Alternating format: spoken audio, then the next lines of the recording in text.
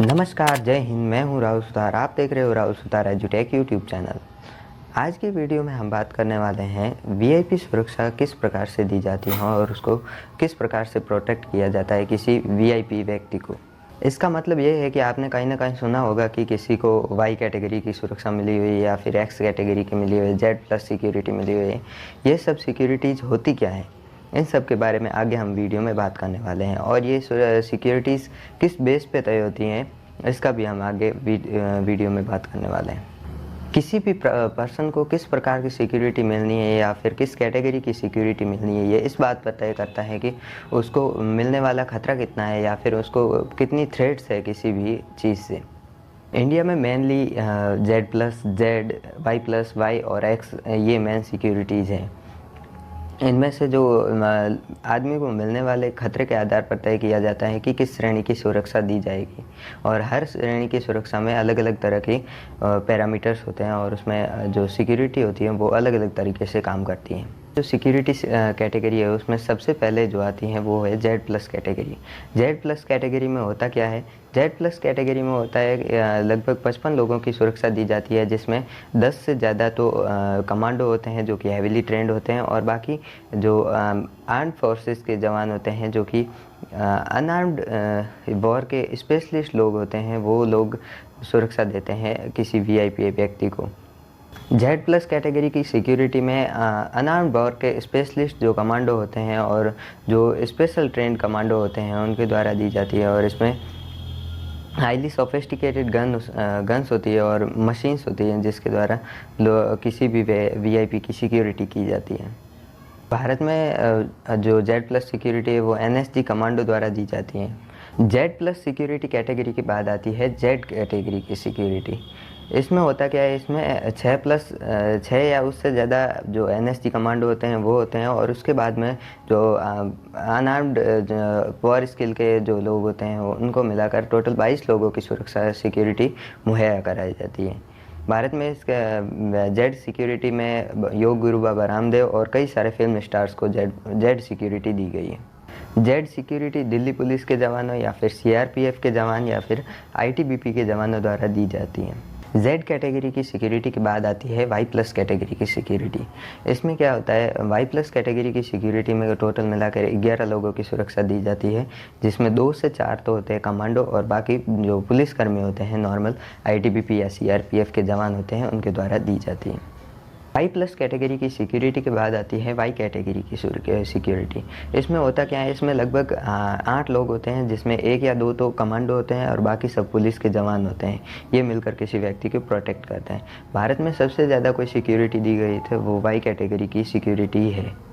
Y category की जो security होती है उसमें 2 पर्सनल सिक्योरिटी ऑफिसर भी साथ में होते हैं। आगे बढ़ते हैं लास्ट कैटेगरी की और, जिसको एक्स कैटेगरी कहा जाता है। एक्स कैटेगरी में 2 आर्म्ड पुलिस के जो जवान होते हैं जिनके द्वारा सिक्योरिटी दी जाती है और जिन्हें पर्सनल सिक्योरिटी ऑफिसर के नाम से भी बुलाया जा सकता है। वो लोग किसी भी पर्सन की सिक्योरिटी करते हैं। या फिर जेड प्लस कैटेगरी से लेकर एक्स कैटेगरी तक बात होगी सुरक्षा की कैटेगरी के बारे में या फिर सुरक्षा श्रेणी के बारे में, जो कि किस प्रकार की श्रेणी में कितने लोग होते हैं और किस प्रकार से उनके किसी को भी प्रोटेक्ट किया जाता है।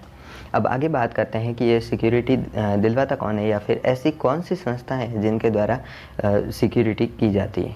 सबसे पहले होता है एनएसजी। एनएसजी मतलब नेशनल सिक्योरिटी गार्ड। उसके बाद होता है एसपीजी। एसपीजी मतलब स्पेशल प्रोटेक्शन ग्रुप, जो कि किसी वीआईपी के या फिर किसी भी व्यक्ति को प्रोटेक्ट करने के लिए जो स्पेशल ग्रुप तैयार किया जाता है, कमांडो, वो होते हैं एसपीजी में। उसके बाद आती है आईटीबीपी। आईटीबीपी मतलब Indo Tibet border police. Indo Tibet border police के जवानों को कमांडो की तरह ट्रेन किया जाता है और वे सिक्योरिटी में इन्वॉल्व होते हैं।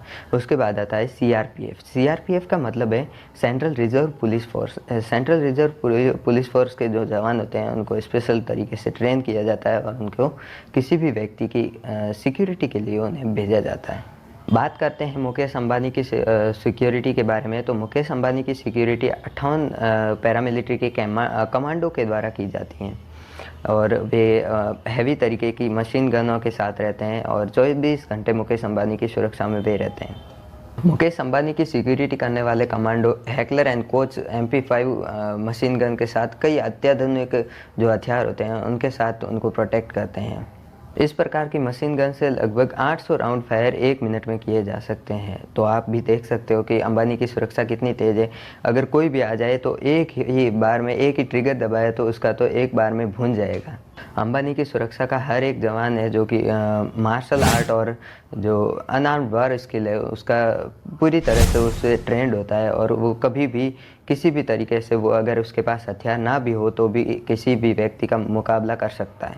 इसके साथ ही अंबानी की सुरक्षा में हथियारों वाले गार्ड और साथ चलने वाले गार्ड, ड्राइवर और पीएसओ की टीम के साथ कई सारे लोग जो कि अंबानी की सिक्योरिटी में तैनात रहते हैं और उनको प्रोटेक्ट करते हैं। सीआरपीएफ के जवान हैं अंबानी के घर के पास हर होने वाली किसी भी अनर्गल तरीके की गतिविधियों पर और संदिग्ध गतियों पर ध्यान रखते हैं, और कभी भी कोई भी ऐसे उनको कुछ भी संदिग्ध दिखे तो वो हाथों हाथ उस पर एक्शन लेना शुरू कर देते हैं।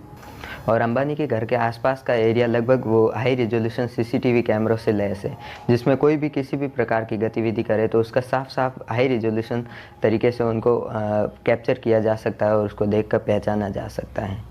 इस प्रकार के जो जवान हैं वो अंबानी के घर के गेट के साथ हथियारों के साथ गेट पर खड़े रहते हैं और अंबानी की गाड़ियों में तैनात रहते हैं और घर में दिन भर भी उसके आसपास घूमते रहते हैं, ताकि कोई भी व्यक्ति अंदर ना आ पाए और उन पर कोई भी हमला वगैरह या फिर उनको ये जो जवान होते हैं वो अच्छी तरह से प्रोटेक्ट कर सकें।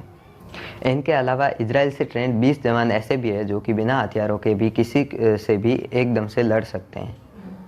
इजरायली कमांडो मार्शल आर्ट और एक जो हाईएस्ट जो मार्शल आर्ट है क्राव मगा, उसमें ट्रेंड होते हैं जो कि किसी भी व्यक्ति को एक सेकेंड्स में या फिर कुछ ही समय में एकदम से मार गिराते हैं। और भी देखें तो जो भारतीय सेना के जो रिटायर्ड कमांडो होते हैं वे और काफ़ी सारे सिक्योरिटी गार्ड्स हैं जो कि अंबानी की सुरक्षा में 24 घंटे लगे रहते हैं और उनको किसी भी तरह की कोई भी आँच नहीं आने देते हैं। आगे बात करते हैं मुकेश अंबानी के पास गाड़ियाँ कैसी हैं।